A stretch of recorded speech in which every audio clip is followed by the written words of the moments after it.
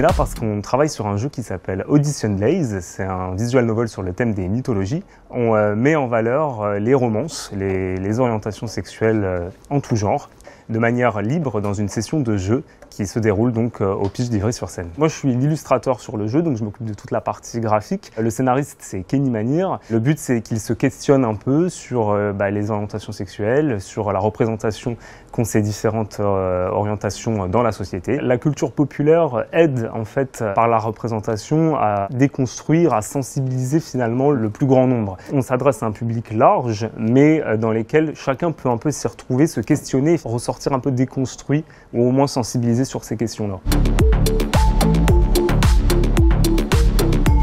C'est un film qui se situe à 3 périodes différentes en Allemagne, dans un contexte où l'homosexualité, jusqu'en 69, a été criminalisée. Ce qui veut dire que les individus, parce qu'ils avaient aimé des garçons s'ils étaient des garçons, étaient emprisonnés sous couvert d'un article qui s'appelait l'article 175, que les nazis avaient, eux, intégré dans la loi, mais qui n'avait pas été enlevé en 1945. Ce qui a fait que des personnes homosexuelles incarcérés pendant la Seconde Guerre mondiale dans les camps d'internement nazis, en fait, sont passés des camps à la prison après la guerre. Il n'y a pas eu de dénazification à ce niveau-là. Et en fait, la grande question que le cinéma se pose aujourd'hui, c'est la question de savoir pourquoi la loi a si longtemps criminalisé des types d'amour particuliers. Et au nom de quoi ?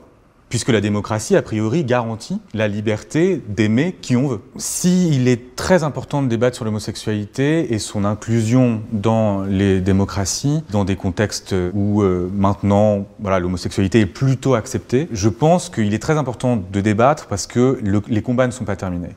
Ils ne sont pas terminés ici et ils ne sont pas terminés dans beaucoup de contextes européens et extra-européens. Et surtout, comprendre pourquoi il est très important que ces lois ne reviennent pas. Avec Aline, ma co-autrice, on a essayé vraiment de décortiquer tous ces sujets qui peuvent paraître compliqués parce que notamment il y a beaucoup de mots. C'est pour ça qu'on a un glossaire aussi à la fin du livre où on explique des mots comme transidentité, transgenre, la différence entre le sexe biologique et le genre. Avec Aline, en fait, on est persuadé que le manque d'informations autour de ces sujets-là est la source principale des discriminations et des LGBT-phobies. C'est pour ça qu'on a écrit ce livre, c'est parce qu'on veut mettre notre pierre à l'édifice et pouvoir dire aux personnes, oui, ce sont des sujets qui peuvent paraître compliqués au premier abord, mais au final, si on explique, c'est facile à comprendre. Lors de ces rencontres, on s'aperçoit vraiment qu'il y a beaucoup d'interrogations. Beaucoup de personnes qui, peut-être d'habitude, s'auto-censureraient, se diraient qu'elles ne sont pas légitimes pour en parler, qu'elles vont avoir l'air stupides en posant des questions. Et nous, ce qu'on a vraiment envie de dire, c'est que c'est normal de se tromper, c'est normal de ne pas savoir, mais ce qu'il faut, c'est vraiment ne pas hésiter à s'informer et à poser des questions aux personnes concernées ou aux personnes qui peuvent avoir les réponses. C'est des sujets qui pourraient être encore mieux compris, mais qui n'ont pas assez de visibilité dans l'espace public.